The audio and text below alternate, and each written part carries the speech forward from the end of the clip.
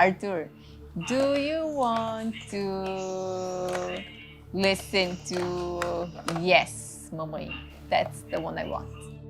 Não há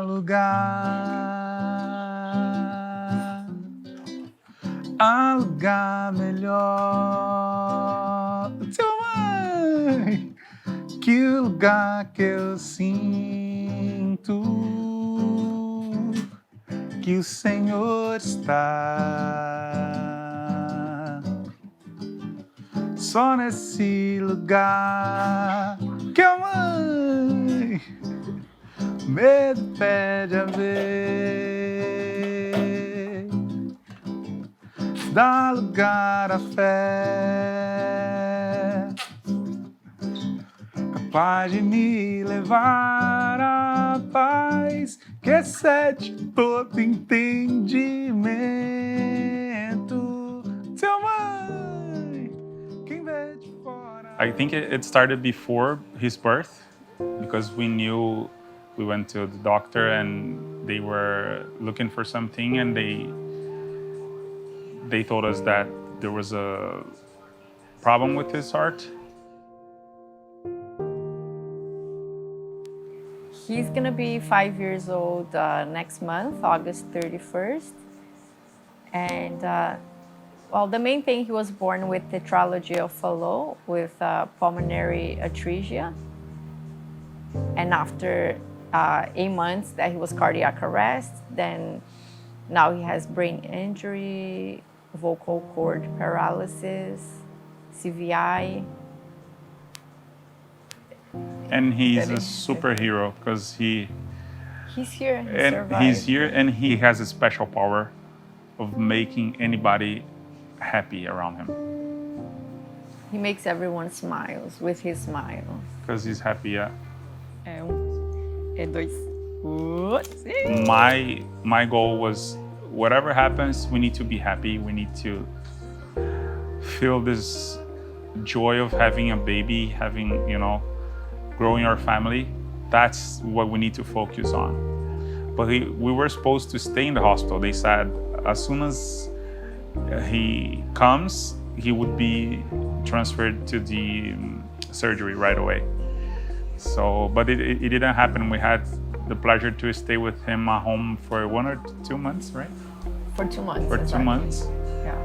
And then we had to go to the hospital after that, and we lived in a hospital for 8 months after his surgery, and then he performed 4 surgeries. Then we went home, but he wasn't feeling well and he was cardiac arrest. And then we lived in the hospital for about 7 or 8 months, I don't remember exactly. And then after the hospital, he was transferred to Holland Bloorview, and he did an intensive rehab there for about 3 months. And then after we went home. It's getting better. And we just find out that we are above average because some research I did, they say it's most likely after a cardiac arrest, less than 10% of people that suffer cardiac arrest go home.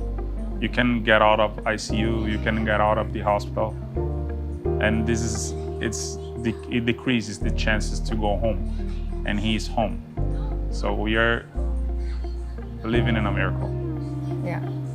That's what it is. The hardest part of Arthur's complexities is to understand what's happening to him right now, what does he needs or wants, what he's trying to communicate. I think that's the hardest part. Everything else, like dealing with nursing, with a daily routine, this is something that our body gets used to, our mind gets used to, but not knowing what he actually is feeling because he can't tell us, I think that's the hardest part. Yeah. Sometimes it's like a baby. It's hard to understand what his needs are. A lot of times we're able to understand, but it's yeah. I wish I could tell him and he could comprehend more of what's happening.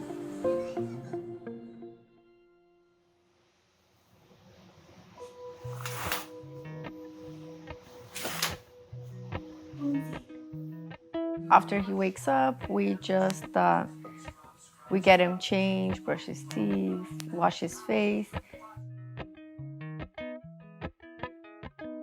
His routine, usually like when he's in school, the school bus picks him up 8 o'clock, and then he goes to school, a special school, and they drop him off around 3:30. Nossa, nossa, nossa. Como ele fica. Nossa. Coffee, coffee, coffee. Give it to me. Thank you, thank you. You're so nice. Oh. Hey, thank you, thank Hello, you. hello, hello. So when he comes home, we put him on the walker, we play with him, let him play with toys. Listen to some music, watch cartoons, galinha pintadinha, which means painted chicken, right? Yeah. And then we try to live a normal children routine. He eats all natural food, like organic food. We blended everything, and yeah, we give him through the G tube.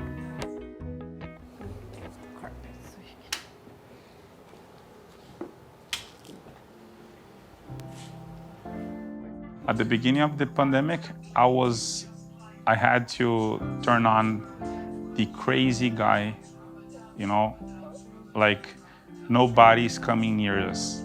I had to turn on this because I learned from the hospital. By the time he was cardiac arrest, we went for the hospital 3 or 4 times, right?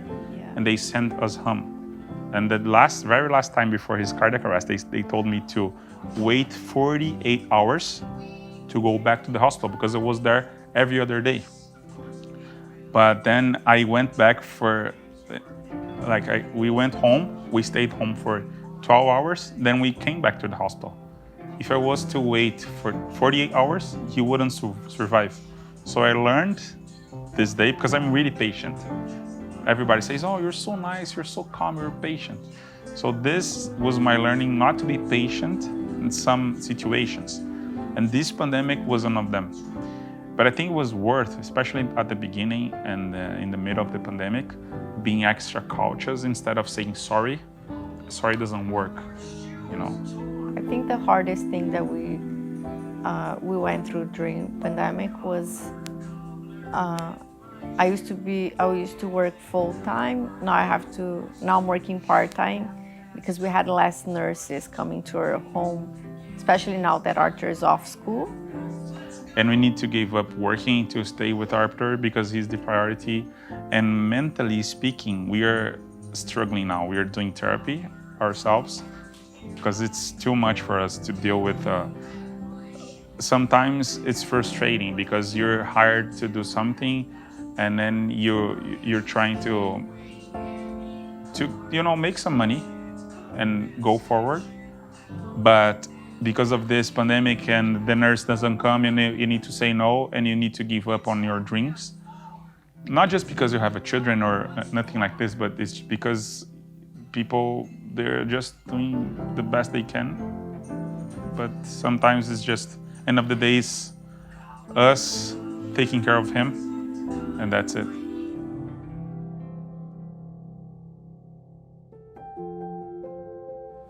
We actually found out about Jennifer Ashley when we were at Sick Kids Hospital through a social worker. It started when Arthur was on a special formula that came from the United States. That formula cost us about a little bit more than $1,000, right? Yeah, a month. $1,200 per month. I remember every number. Because of the shipping and everything. Yeah. And somebody told us, oh, why don't you try Jennifer Ashley? They may be able to help you guys with the formula. And then we applied, he was approved. And since then, Jennifer Ashley has been helping us a lot. One thing that even without us requiring anything, sometimes they just call and they say, "Oh, we received something and we thought about you and we thought about Arthur. I think it's gonna be perfect for him." And it's just something really simple, but it means a lot, you know, and just two because things they that- remember us. two things that happened from Jennifer Ashley that I'll never forget was one of them I don't remember exactly when it was. I think it was last year. We were short money on rent, and I was praying to God to help us out somehow. And then right on the next day, I checked the mailbox downstairs. It was a check from Jennifer. I just feel like crying just to remember. It was a check from Jennifer Ashley with the exactly amount that we needed. I even told my husband, like, Georgie, look at this. Like, yesterday I was praying and this happened today. And the second thing was on Christmas. They called us and they said that they received a big amount of donation and they wanted to gift their family for Christmas. So I went down, they called me to arrange a time and everything. I went downstairs to pick up the box, and it was actually 3 big boxes. I couldn't even bring everything upstairs with me. I asked the girls to help me out. And we waited until Christmas Day, and then on Christmas Day, it was so special. Like, we opened all the boxes. It wasn't just for Arthur, it was gift for all our family. It was like cosmetic, food, clothes, bags, toys, Lots of toys. so many things. Lots of toys. And then we kind of put it on the side, whatever we needed. Whatever we didn't need, we put inside like gift Christmas bags. And then I told George, I'm like, Georgie, let's see the families who also need this stuff that we're not gonna use, because if we don't need this is about blessing and thinking of others, right? So we put everything in the car and we drove through. It was so special that day. We drove through so many houses, like friends and family, and we gave like everyone. So everything that was in the boxes, it helped the family, not just us. Yeah. The one thing he goes every single week is the one called Terra Bounce. Have you heard about this? Terra Bounce is awesome. Yeah, it's really nice. They actually found Arthur on Instagram and they sent a message if you wanted to give it a try. And it's not that far from here too. And we're like, okay, let's bring Arthur. So they put him on trampoline and he starts like jumping and exercising the whole body. It's so good for him, so good. What are the other things he does? The pool, right? Yeah, the swimming pool too. It's good for his muscles. Yeah, when we take him out to the park, if it's a windy day, that's the best day for Arthur, because he likes the feeling when the wind comes to his face and he starts like jumping, he gets all excited. And we usually take him to the parks close to here. There's a swing too, right, that he likes. So having Bruna, after we had Bruna, it was just a blessing, because we're learning. She's teaching us the other side, and her and Arthur gets along really well. And we want another baby or 2 if she is okay with that. But I think one more is enough. So. It's gonna be good for Arthur too. Yeah. Just to see Arthur having another sibling around, it's good for both of them. It's good for the whole family, you know? It's good for everybody. And another good thing is that all of us, we love music here. We have instruments. I've been a musician for 15 years, but then I gave up because of the family and because of my working choices. So we play a lot of music here, children's music, but most likely we play more worship songs, because we go to the church very often and he just jumps with the worship music. Do you want to sing? Vamos cantar? Então vamos lá então.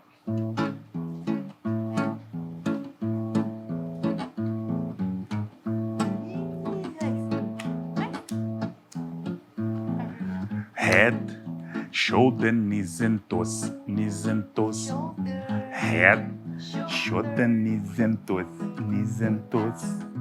Eyes and ears and mouth and nose. Head, shoulder, knees and toes. Vamos cantar em português, não. Cabeça, ombro, joelho e pé, joelho e pé. Cabeça, ombro, joelho e pé, joelho e pé. Olhos, ouvidos, boca e nariz. Cabeça, ombro, joelho e pé. Ai, ai, ai. Vamos cantar? Let's sing. Arthur Araújo. Bruna, faz carinho no Arthur. Ó, faz carinho, carinho, faz carinho. We believe that everything happens for a reason. That's what we believe. And sometimes we can't understand, and a lot of times we will not understand at all, ever. And if you're, as I said before, we can't argue or guess why this happened to me, why that, why this, Or blame anyone. or because this happened to me, I'm gonna treat everybody around me bad because you don't know what's happening to my life. It's not about this. It's gonna make us suffer more than anybody else. I don't want to spread pain. I want to spread love because that's what's coming back to us. What Arthur has taught us. Yeah. A lot of things, actually. Ever since we left the hospital, when we were at the hospital for about more than a year, we learned how to appreciate every little thing, like that I never noticed before, that I never appreciated before. To be thankful for what we have, no matter what it is. We want Arthur to teach. We don't want this, actually. He is already doing it. He's already teaching people that no matter what it is you're struggling with, you can always be thankful for something, because that's what he does. He doesn't know how to read or how to play with a toy, but he's thankful because he's happy, he's listening to a song, he's singing, he's walking, and he's always happy. So he's already teaching a lot of people. And I didn't notice that, but a lot of parents, they call me, or if they have a chance to talk to us, they always say, oh, you have no idea how your family is inspiring us, because the way you guys live, I can see you're always smiling. Arthur is always smiling. And this is something that people say to us, right? Yeah. They tell us all the time.